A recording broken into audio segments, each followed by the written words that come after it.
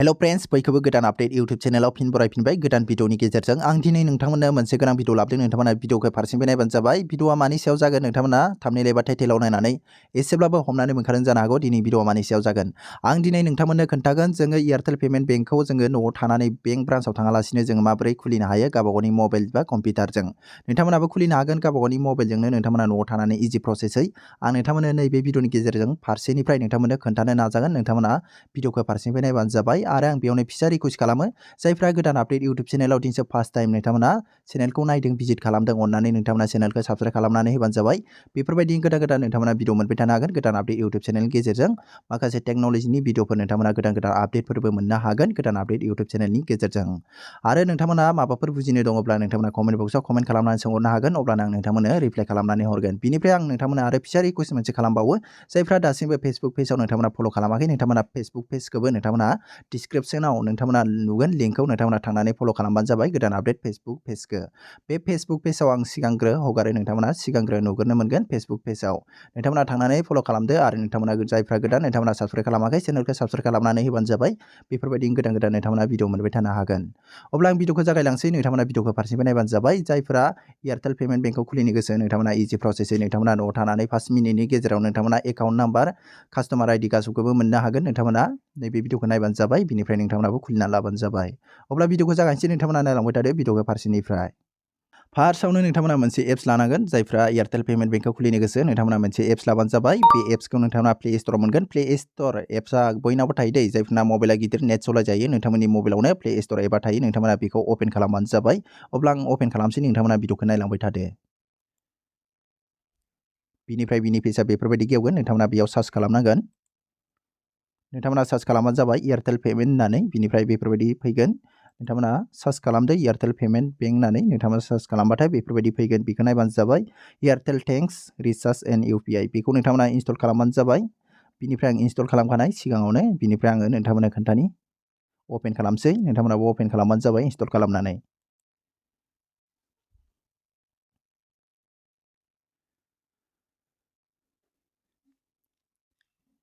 अब्ला बिनि पेजआ बेफोरबायदि गेवगोन नायबानो जाबाय। बेयाव नोंनि डाटा एमबिआ थागोन नोंनि एयारटेलनि मबाइल नाम्बारनि डाटा एमबिआ बेयाव थागोन। बिनिफ्राय नोंथांमोना नैबे साइडआव नुगोन नोंथांमोना बेंकिं बेयाव नोंथांना ब्लक जाना थागोन नोंथाङा बेखौ ब्लकखौ आनब्लक खालामनांगोन। नोंथाङा बेयाव आनब्लकआव थुनानै नोंथांमोना बेखौ आनब्लक खालामनांगोन। बेयाव नोंथांमोना माखासे डकुमेन्ट होनांगोन पान कार्डफोर होनांगोन आधार कार्ड होनांगोन नोंथांनि फादार नेम मादार नेमफोरखौ होनांगोन नोंथांनि एजफोरखौ होनांगोन नोंथांनि एनुवेल इनकामखौ होनांगोन। बेफोरखौ होजोबखांनायनि उनावनो नोंथांनि बेंकआ जागोन। बेखौ आं नोंथांमोननो मोनसे भिडिअ लाबोगोन जायफोरा बे भिडिअखौ नांगौ आं नोंथांमोननो बे भिडिअखौ लाबोगोन।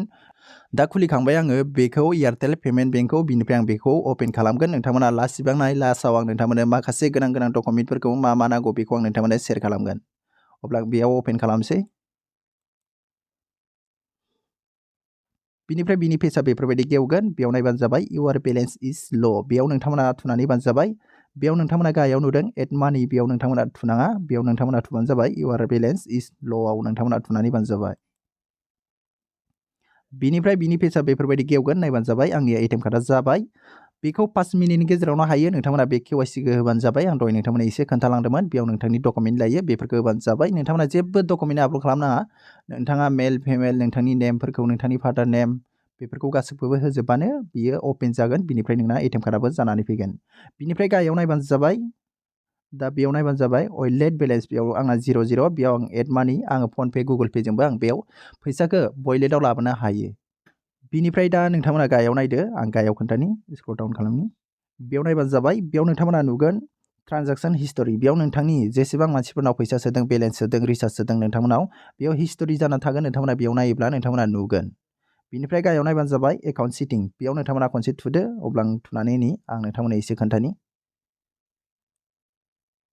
अब्ला बेफोरबायदि पेज गेवगोन नायबानो जाबाय एयारटेल पेमेन्ट बेंक बेयाव नोंथांना 00 नोंथांमोना बेयाव एड मानि बोनानै नोंथाङा नोंथांनि बेंकआव फैसाखौ दोननो हायो। बिनिफ्राय बेयाव दङ पेटिएम वालेट नोंथाङा बेयाव पेटिएमजों लिंक खालामनो हायो।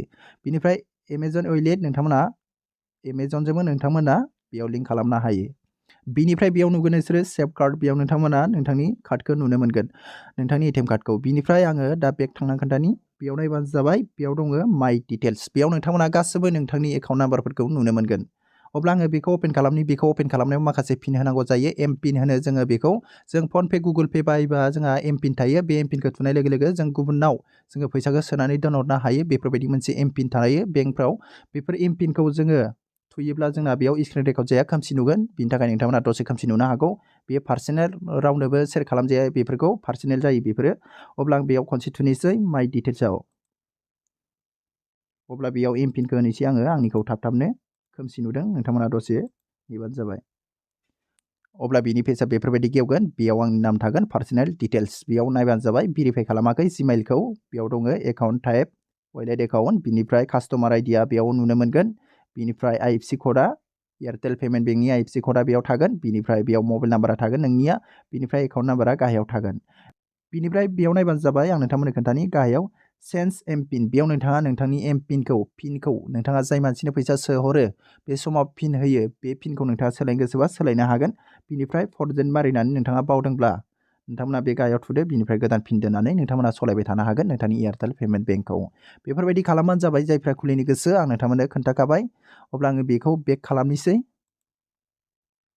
बिनिफ्राय आङो फार्स्टआव फैगोन बेक खालामनानै बिनिफ्राय नायबानो जाबाय जोङो एयारटेल पेमेन्ट बेंकखौ खुलिनो थाखाय जोङो नैबे केवाइसि होबानो जाबाय बेयाव जोंहा माखासे केवाइसि थायो बिनिफ्राय बेयाव नोंथांमोना 500 नोंथांमोना बेयाव मेनटेन खालामनांगोन अब्लासो नोंनिया बेयो एयारटेल पेमेन्ट बेंकआ एक्टिभ जानानै थागोन नोंथांमोना 500 नोंथांमोना बेयाव सोनांगोन नोंथांनि एयारटेल पेमेन्ट बेंकआव बिनिफ्राय आंना सोआखै आंना सोनांगौ बिनिफ्राय आङो 500खौ बेयाव एड खालामबाथाय आंना एक्टिभ जाना थागोन मेनटेन खालामग्रोथारनांगौ दे फार्स्टआव नोंथांमोना 500 थाखाखौ नोंथांमोना बे जायफ्रा खुलियो एयारटेल पेमेन्ट बेंकखौ नोंथांमोना बेयाव 500 थाखाखौ होग्रोबानो जाबाय बेयाव नायबानो जाबाय नोंथांमोना बेयाव थुग्रोदो फार्स्टआव बेफोरबायदि गेवखागोन जायफ्रा एयारटेल थेंक्स एपखौ लायो नोंथांमोना बेफोरबायदि नुगोन नोंथांनि बेयाव गासिबो नुजाफैजोबगोन नायबानो जाबाय आं नोंथांमोननो खोन्थानि नोंथांमोना एयारटेल थेंक्सखौ लादो बिनिफ्राय बेयाव नोंथांमोना अपेन खालामदो नोंथाङा मबाइल नाम्बारखौ होदो बिनिफ्राय नोंथांनि एमबि डाटाफ्रा बेयाव नुजाफैगोन नोंथांनि मबाइल नाम्बाराव बेसेबां एमबि जोबदों बेफोर गासिबो नुजागोन बिनिफ्राय नोंथांमोना साइडआव वालेट ब्लकिं नुगोन बेयाव नोंथांमोना अपसन नुनायाव खनसे थुनानै होदो बिनिफ्राय नोंथाङा गासिबोखौबो फिलआप खालामदो नोंथांनि नेम नोंथांनि फादार नेम नोंथांनि एज नोंथांनि मेरिड आनमेरिड सिंगेल नामा बेफोरखौ गासिबोखौबो होजोबदो फारसेनिफ्राय गथा ओंखारगोन नोंथांमोना बेफोरखौ फिलआप खालामनानै साबमिट थुयोब्ला नोंथांनि एकाउन्टआ बेयाव जानानै फैगोन नोंथाङा बेयाव नोंथांनि डेबिट कार्डफोरखौबो मोननो हागोन जायफ्रा खुलिनो गोसो नोंथांमोना खुलिबानो जाबाय आरो जायफ्रा रोङा नोंथांनो भिडिअ नांथारगौबा नोंसोरनो जायफ्रा भिडिअ नांथारगौ नोंथांमोना कमेन्ट खालामनानै बुंहरबानो जाबाय आं नोंथांमोननो बिनि फुल केवाइसि खुलिनायखौ नोंथांमोननो भिडिअखौ होगोन लाबोगोन नेक्स्ट भिडिअआव नोंथांमोना बुंहरबानो जाबाय जायफ्रा एयारटेल पेमेन्ट बेंकखौ खुलिनो गोसो 5 मिनिटआवनो हायो दे बेखौ फिलआप खालामखाजोबनायनि उनावनो नोंथांमोना गासिबो एकाउन्ट नाम्बार गासिबोखौबो कास्टमार आइडिफोरखौ मोनजोबनो हागोन नोंथांमोना जायफ्रा खुलिबानो जाबाय बिनिफ्राय आं नोंथांमोननो माखासे प्रसेसफोरखौ आपडेटफोरखौ आं नोंथांमोननो खोन्थाजोब्बाय बेयाव नायबानो जाबाय बेयाव जोङो 500 मेनटेन खालामबानो जाबाय जायफ्रा खालामाखै नोंथाङा नोंथांनि बेंकआव नोंथाङा 500 थाखा नोंथाङा सिगां एडभान्स दोननांगोन बिनिफ्रायसो नोंथांनि बेंकआ बेयाव एक्टिभ जानानै थागोन बेफोरबायदि खालामबानो जाबाय जायफ्रा खुलिनो गोसो नोंथांमोना खुलिबानो जाबाय आरो जायफ्रा खुलिनो गोसो गैया नोंथांमोननि गोसोनि खोथा